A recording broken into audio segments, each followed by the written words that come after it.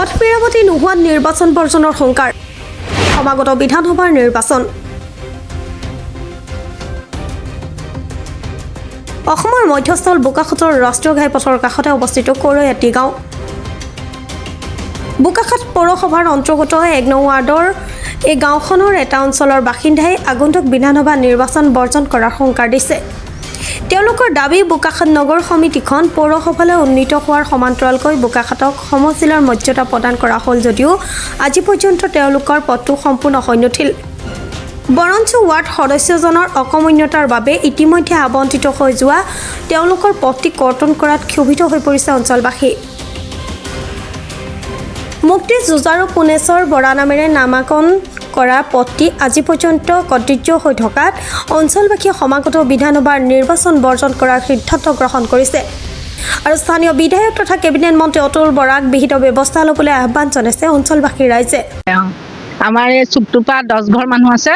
আমাৰ ইয়াত 25টামান এতিয়াও যায় ভোট, কিন্তু এইবাৰ এইটো ৰাস্তা যদি নহয় এই ভোট আমাৰ দিয়াটো নহ'ব। মানে আমি সেয়া সিদ্ধান্ত লৈছোঁ, ৰাস্তা অতি সোনকালে হ'ব লাগে। তাৰমানে 2ঘৰ 3 ঘৰ নহয়, আমাৰ ইয়াত 10 ঘৰ।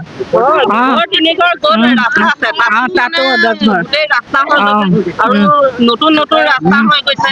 আমাৰ সেইপিনে থকা যিমানখিনি ৰাস্তা আছে চব নতুন নতুন ৰাস্তাখিনি হৈ গৈছে, কিন্তু আমাৰ মুক্তি যুঁজাৰু এজন আমাৰ পুনেশ্বৰ বৰা সৰুৰ পৰা তেওঁ থাকিও আজি আমাৰ এই ৰাস্তা হোৱা নাই। এই বিষয়ে আমি বৰ দুখিত। কথা হ'ল কি, আমাৰ এইটো ৰাস্তা 1800 চনৰ যিটো নেকি ইয়াৰ ৰাধা মজিদাৰ আছিলে, ৰাধা মজিদাৰ বৰুৱা তেখেতে আমাৰ বোকাখাত অঞ্চলৰ যিমানবিলাক খাজানা ল'ব লাগে এইটোৱে ভেটি আৰু এইটোৱে ৰাস্তা, পুৰণা ৰাস্তা। এতিয়া যিমানখিনি ৰাস্তা নতুনকৈ বনাইছে সেই নতুন ৰাস্তাবিলাক পৌৰসভাই মানে নিৰ্মাণ কৰিছে, কিন্তু আমাৰ এই 10 ঘৰ ৰাস্তাটো আজি মানে বনোৱা নাই। গতিকে বৰ দুখৰ বিষয়।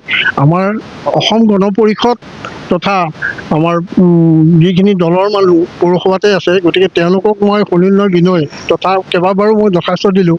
অকু বৰুৱা আমাৰ 1 নং ৱাৰ্ডৰ মেম্বাৰ, তেখেতক মই নিজ হাতে দৰখাস্ত দিছোঁ আৰু আমাৰ চেয়াৰমেনকো মই দিছোঁ। গতিকে সেই বিষয়ে তেওঁলোকে কয় যে হ'ব প্ৰত্যেকখন দৰখাস্ততে হ'বকৈ আজি পৰ্যন্ত, কিন্তু আজিলৈকে আমাৰ এই ৰাস্তাটো মানে পকীকৰণ নহ'লে। গতিকে আমি সকলো ৰাইজে আমি ভাবিছোঁ এইবাৰ আমি যি আগন্তুক বিধানসভা ইলেকশ্যন আছে আমি এই 10 ঘৰে বৰ্জন কৰিম আমাৰ এই ভোট। গতিকে আমাক যদি অনতিপলমে আমাৰ ৰাস্তাটো যদি বনাই নিদিয়ে তেতিয়াহ'লে আমি মানে এই ৰাস্তাটোৰ বিষয়ে যেতিয়া নিদিয়ে, গতিকে আমি ভোট বৰ্জন কৰাটো সিদ্ধান্ত লোৱা হৈছে আমাৰ এই 10 ঘৰ মানুহে।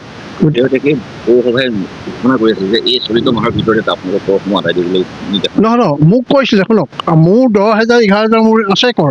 মই চেয়াৰমেনক নিজে কৈছোঁ যে আপোনালোকে ৰাস্তা বনাই দিয়ক, মই কাইলৈকে 10,000 11,000 মই কৰ দি দিম। কিন্তু বাকীখিনি আমাৰ কৰ দিলে, কিন্তু মই আছোঁ দিবলৈ।